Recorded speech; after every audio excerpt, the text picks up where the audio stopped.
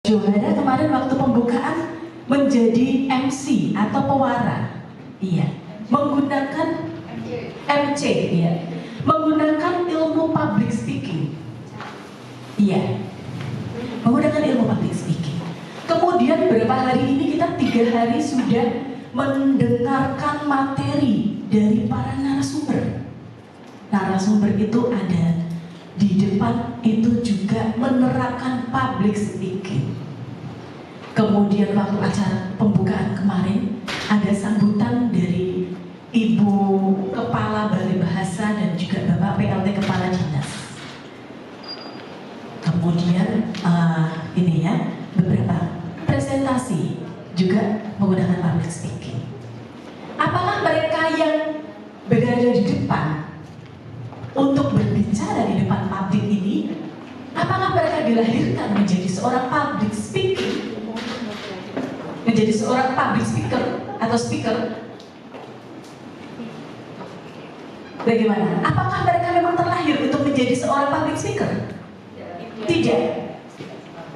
Tidak selalu, iya. Tidak seorang pun yang dilahirkan untuk menjadi seorang public speaker, ya. Speaker. Nah, memang ada anggapan bahwa itu hanya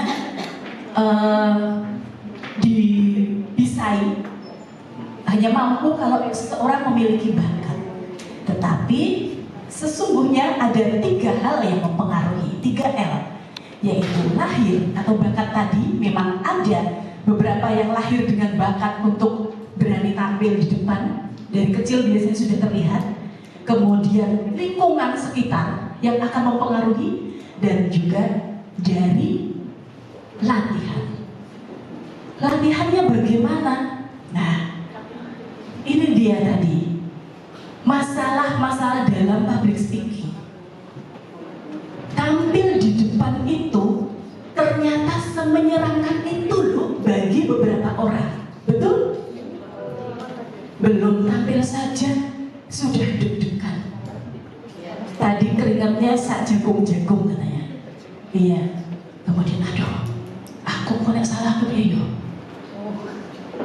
Aku kok nek ora wani piye? Aku ndredeg piye? Itu sesuatu hal yang lumrah, sesuatu hal yang pasti akan dirasakan oleh seorang pemula. Jangan salah, yang sudah bukan pemula pun terkadang masih mengalami seperti ini. Ya, ketika saya dulu masih bekerja dengan memegang mic. Bapak Ibu, saya dulu kerjanya cukup lama bersahabat dengan mic. Dimulai dari tahun 2007, saya bergabung di bagian Humas Setda Kabupaten Pekalongan yang saat itu memiliki radio Pemda, namanya Radio Kota Santri. Tidak punya penyiar, kemudian mencari penyiar radio, tidak dapat, tidak ada yang mau jadi penyiar. Saya memasrahkan diri menemui Pak Fatul Hadi almarhum. Bapak, saya mau jadi penyiar. Loh, kenapa dek dia? Saya dulu suka mendengarkan radio, Pak. Cuman itu saja. Akhirnya dengan suara saya yang pas-pasan ini, saya memberanikan diri menjadi penyiar.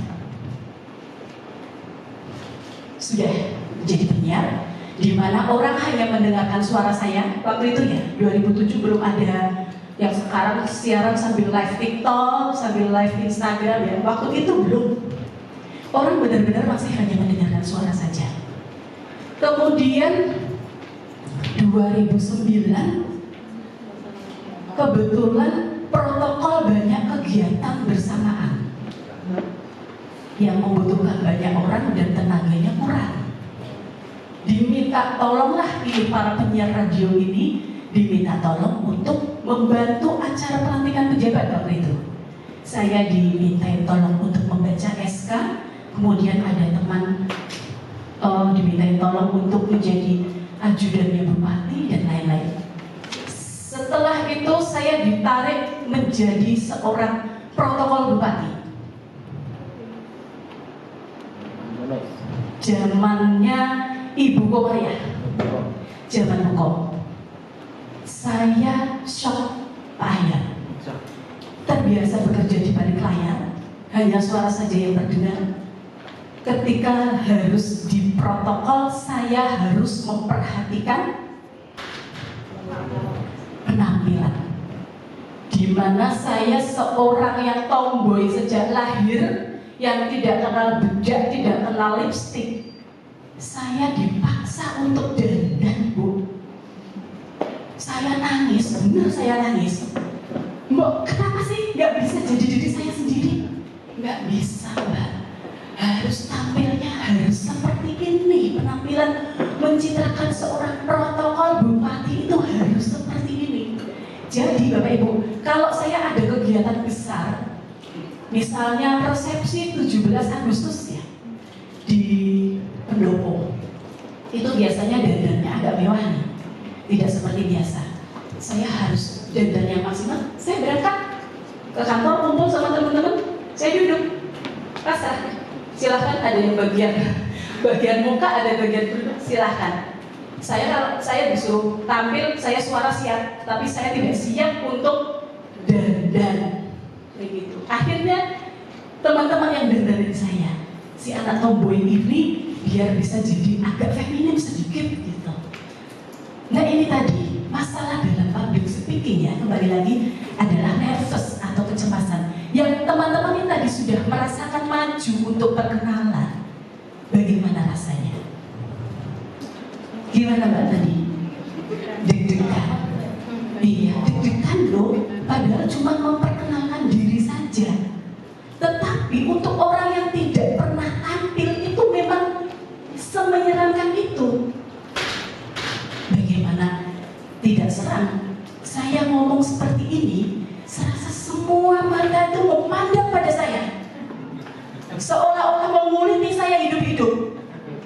Seolah-olah mencari kesalahan-kesalahan yang ada pada diri saya. Betul seperti itu? Tapi memang bagaimana kita bisa mempengaruhi audiens agar terpusat pada kita selaku speaker. Kan begitu ya. Kalau ada yang berbicara di depan, seorang public speaking sedang berbicara dan audiensnya rame sendiri, itu berarti gagal untuk memusatkan perhatian audiens kepada seorang pembicara. Nah, beberapa kecemasan adalah ini tadi ya, takut gagal, takut lain sebagainya. Kemudian saya tidak menguasai teknik public speaking. Bagaimana kok tiba-tiba saya harus tampil? Saya tidak tahu public speaking itu apa. Bagaimana harus berperan, bagaimana harus berlaku, bertingkah ketika menjadi seorang public speaking. Ini akan menjadi ketakutan tersendiri juga, dan juga penguasaan materi. Nah ini detak jantung semakin cepat. Aduh, ya Mbak, habis ini gilirannya ya yang perkenalan. Aduh, ini sudah deg-degan. Iya, kemudian tutup gemetar, berkeringat dingin, suaranya deg-deg. Iya, iya. Biasanya ada lagi bolak-balik ke kamar mandi. Saya kebetulan tadi bolak-balik ke kamar mandi. Saya merasakan dingin dan saya banyak minum. Kebetulan tadi. Terus saya mau tampil tadi, Mas ribut di samping saya aku tak pipis. Saya dari tadi kebelet pipis. Kan grogi kok. Gitu. Tadi Mas ribut kan grogi. Ora Pak yakin kok artis. Aku tak tahu artis kok enggak nganggo jaket kok. Saya bilang gitu. Kok nganggo jaket kok lebih teko ning kene aku nek mau ning kene aku nanti ngerti. Aku minum juga bolak-balik. Nah, kemudian nih ada yang mules-mules, lalu mata berair dan juga lupa materi. Aku ki mau sakjane yo. Pak ngomong iki. Tapi kenapa pas tampil kelalen kabeh, buyar semua, blank. Sudah nervous duluan. Nah ini ya, karena saya baru pertama kali Budian. Gak masalah, semua pasti akan mengalami momen pertama. tidak ada momen kedua, ketiga kalau tidak melewati momen pertama ya. Kemudian itu tadi yang saya bilang, merasa semuanya akan berpusat pada saya, semua akan melihat saya, lalu merasa tidak percaya diri, trauma masa lalu. Saya pernah tampil tapi saya ditertawakan misalnya, sehingga saya nggak mau tampil lagi karena saya takut mengalami hal serupa dan perasaan tidak siap tampil. Dan bagaimana cara mengatasinya? Yang pertama adalah latihan. Bapak Ibu punya kaca di dalam kamar? Ya. Punya. Masuk ke dalam kamar, ditutup pintunya biar tidak ada orang lain yang melihat, lalu latihan berbicara di depan cermin. Lalu Anda mulai berlatih. Halo, selamat pagi. Hai, selamat pagi. Halo, selamat pagi. Assalamualaikum warahmatullahi wabarakatuh. Berulang-ulang sambil dilihat. Oh, masih ada kurangnya. Apa sih yang masih kurang ya? Ternyata ekspresinya masih seperti ini. Assalamualaikum warahmatullahi wabarakatuh. Assalamualaikum warahmatullahi wabarakatuh. Baik, selamat pagi Bapak Ibu. Selamat pagi Bapak Ibu. Apakah terlihat ada bedanya? Beda ya? Itu bisa dilatih. Seorang ahli sekalipun tidak ada yang tiba-tiba langsung menjadi ahli tanpa melalui latihan. Nah, itu akan mendapatkan pengalaman dari latihan kemudian tampil walaupun belum maksimal ya. Lalu, menganggap demam panggung adalah hal yang wajar, itu lumrah. Saya waktu masih di protokol dengan audiensnya yang banyak sekali di lapangan alun-alun, itu juga sempat grogi. Tapi bagaimana caranya kita untuk tidak grogi, bagaimana ya? Yaitu berlatih. Tadi ini saya ulang, cara meningkatkan public speaking, berlatih, kemudian pahami audiens. Siapa sih audiens kita pada acara itu?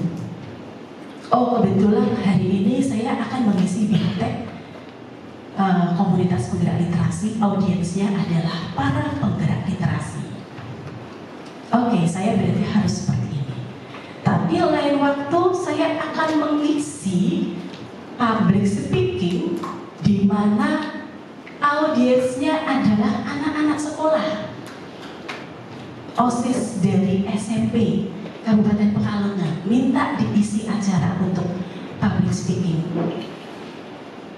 Pelajarannya sama, intinya sama, tetapi cara saya menyampaikan, bahasa saya menyampaikan itu akan jauh berbeda. Dengan ini saya ketemu Bapak Ibu semua, dengan ketika saya harus berbicara dengan adik-adik tadi yang SMP.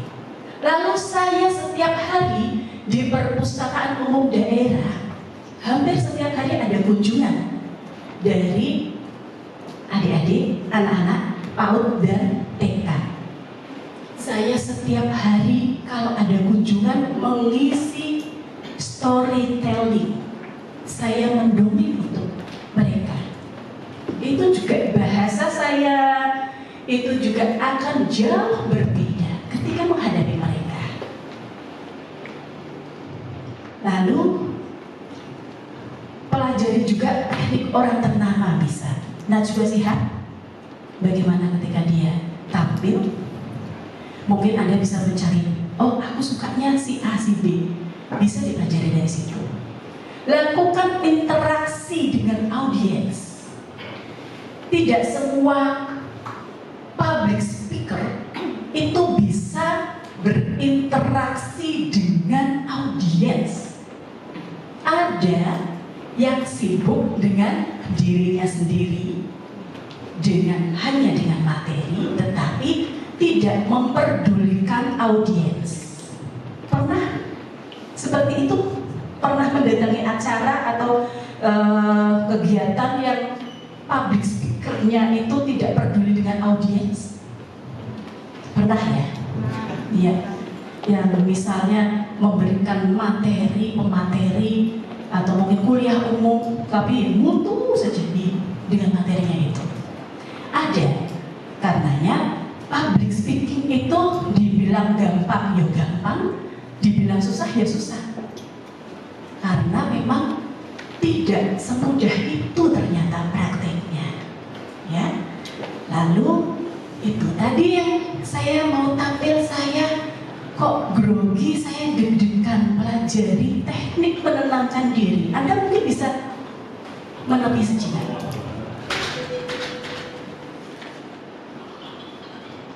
Berdoa sesuai agama keyakinan masing-masing. Tarik nafas, tahan, hembuskan. Masih belum tenang? Ulangi lagi sampai Anda merasa sedikit lebih tenang. Tanamkan dalam pikiran Anda bahwa saya bisa. Kemudian Anda akan siap tampil. Nah, ini saya tidak punya tekniknya, saya tidak tahu tekniknya untuk public speaking itu bagaimana. Ini ada variasi suara. Bagaimana ketika suara yang dihasilkan di dalam ruangan dengan di luar ruangan, apakah sama? Beda. Itu ada tekniknya. Kemudian bagaimana ekspresi wajah ketika kita harus tampil sebagai pembicara. Apakah kita, ya Bapak Ibu, untuk materi public speaking Anda harus berlatih. Kemudian yang belum bisa, ya harus latihan. Kira-kira kalau saya ngomongnya seperti itu, gimana ya? Ngantuk, betul.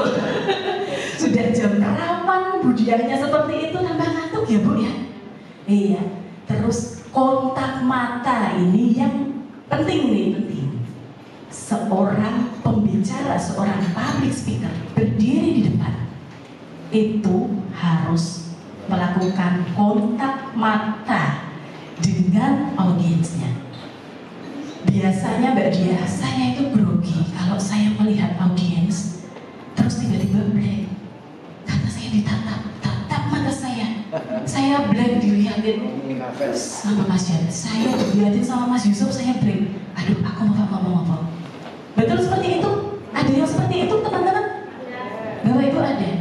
Tetapi menjadi seorang public speaker harus melakukan kontak mata dengan audiensnya. Lalu bagaimana caranya? Bagaimana caranya agar kita tetap melakukan kontak mata, tetapi saya tidak blank. Untuk seorang amatir, pemula, misalnya, seorang pemula, Anda mungkin kalau melihat langsung ke mata audiens grogi. Anda bisa melihat ke betul, kening bisa, pertengahan mata bisa, sini bisa, kening bisa. Iya.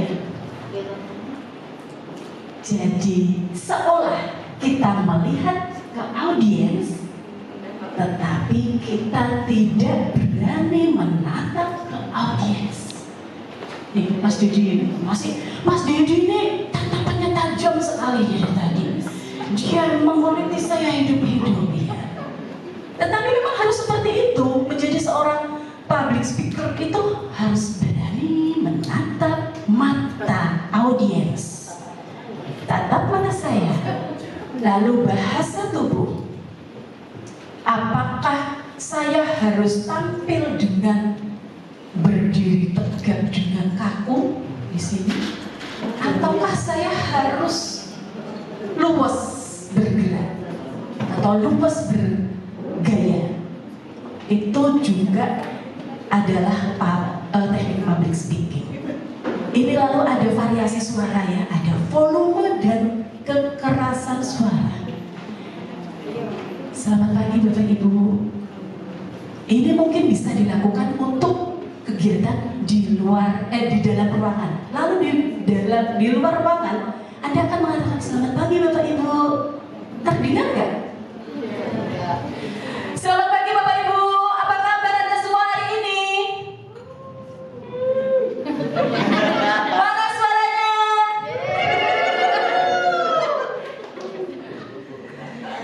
Tarik Bang. Iya. Kemudian itu tadi ya. Jangan berbicara dengan bahasa datar. Sekalipun Anda masih baru, belum terbiasa, tetapi itu harus berlatih tidak dengan nada datar ya. Nah kemudian kalau berbicara saya itu biasanya kalau bicara terlalu cepat. Tetapi ketika saya menjadi seorang pembicara di depan, seorang public speaker, saya harus mengatur tempo agar kata demi kata yang saya ucapkan bisa diterima dengan baik oleh audiens. Ini saya bukan sekedar mengulur waktu agar jam 1 kurang seperempat segera tiba, tidak. Tetapi memang saya harus mengatur tempo agar apa yang saya sampaikan bisa diterima dengan jelas oleh audiens saya. Kemudian ini bicara cepat biasanya menunjukkan antusiasme dan urgensi. Bapak Ibu mohon jangan berebut. Ketika festival durian membagi durian, rebutan betul. Saya mengalami itu. Mohon maaf Bapak Ibu jangan berebut, nanti akan ada bagiannya sendiri-sendiri. Itu saya berbicara cepat. Karena urgensinya. Karena kalau tidak seperti itu tambah kredit. Gitu. Kemudian dibicara lambat untuk memberikan penekanan dan memberikan jeda dalam pemberian tekanan. Nanti ada contohnya. Nah, intonasi yaitu irama bicara atau alunan nada dalam melafalkan kata-kata sehingga kata-kata yang dikeluarkan tidak datar. Lalu artikulasi, setiap kata yang diucapkan harus jelas sehingga mudah dipahami audiens. Ini juga harus kita latih. A, I, U, E, O. A, I, U